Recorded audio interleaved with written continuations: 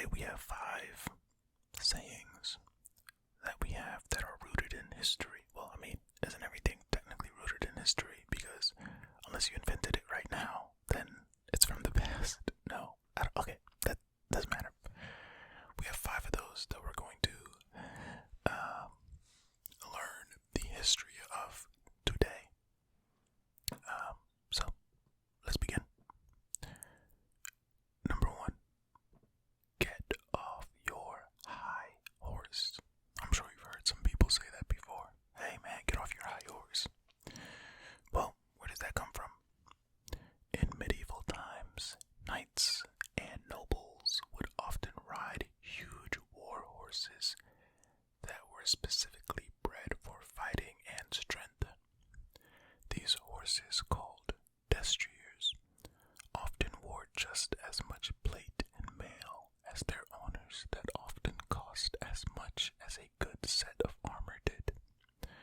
When 2 knights would ride out to parley, they'd tell each other, "Step down from thy destrier," so they could speak as equals. So, I mean, what I gather from that is, 2 people meet up. Alright, we're gonna discuss, we're gonna have a conversation here. But let's get down off these horses. What if one person's horse is a little more ornate than the other, but they have the same armor, so they get off their horses and they meet as equals on the ground, their feet firmly planted, ready to have a discourse. Okay, get off your high horse. This is a funky picture. This is the thumbnail. Alright. Number 2.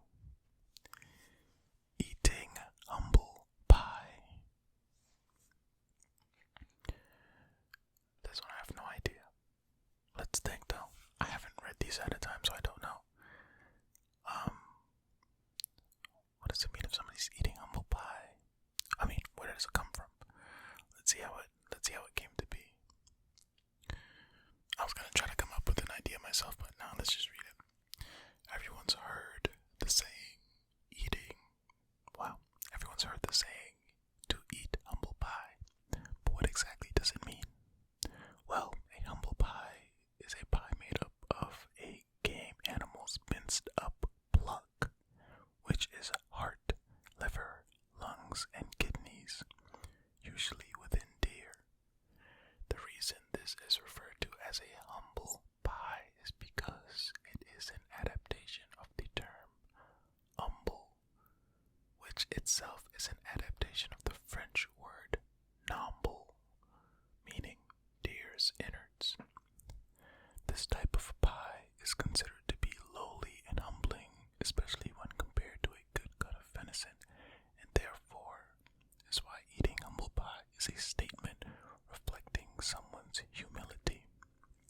Well, I would not have guessed that at all, but that makes sense. The innards and stuff, usually take those out and throw them away, right? But for people who can't afford to do that, you gotta make use of the whole animal. And eating the innards shows humility. I guess. That's interesting. I did not know that. I would have guessed something with pastry. That's where my guess was gonna go. Somebody is mowing their lawn. I hope that's not too loud. Anyway. Yep, that's humble pie. Okay. Number 3. Living over the brush. Well, this isn't something that I've said, so I have no guesses. Let's see what this one's about. The term living over the brush is used to describe an unmarried couple living together. This is derived from the ancient marriage practice of jumping over a broom to cement a marriage that was unable to be blessed by a religious official. I did not know that's where jumping over the broom came from either. After the exchanging of the vows, the couple would hold hands and jump over a broom or brush handle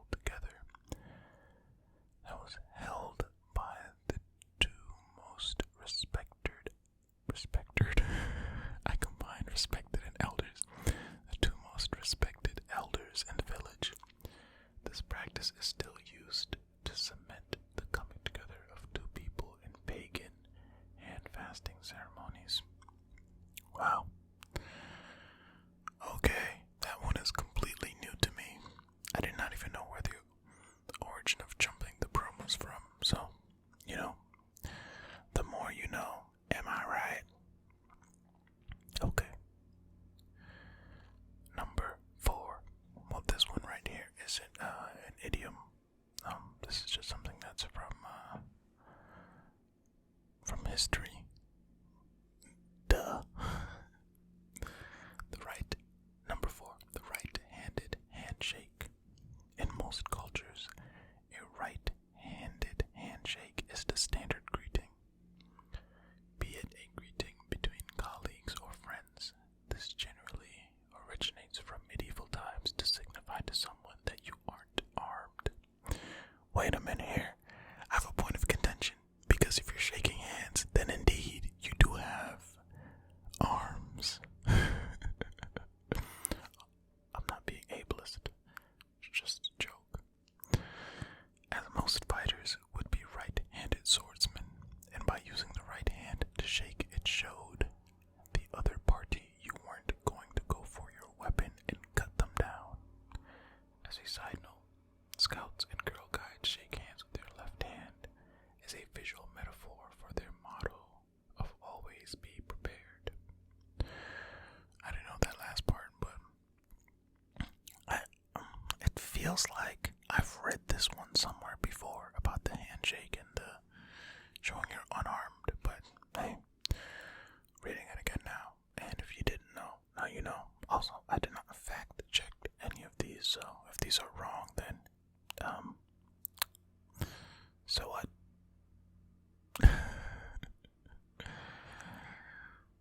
Number 5, clinking your glasses together and saying cheers. The practice of touching your glasses together in cheers originated from ancient Greece, which was a time where there was every chance someone was trying to poison you.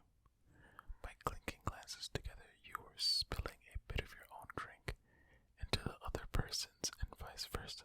So if that person was trying to poison you, they were poisoning themselves too. So therefore, cheersing your glasses together became a sign of trust among two parties. If you're paranoid like me, then you just carefully watch where someone pours the drinks from and never eat or drink something unless you've seen someone else already do it. This last part is just a note from the author of this article, I'm guessing. Okay, my question with this whole cheers thing, this is the last one for this video, by the way. My whole question with that cheers thing is that you would have to perfectly, I guess when you were doing it in open glasses, right? Not bottles, so it's easier for them to spill into each other, but man, it seems like you need to get it done just right or something. I don't know about this one, but I mean, hey, they say that's where it's from.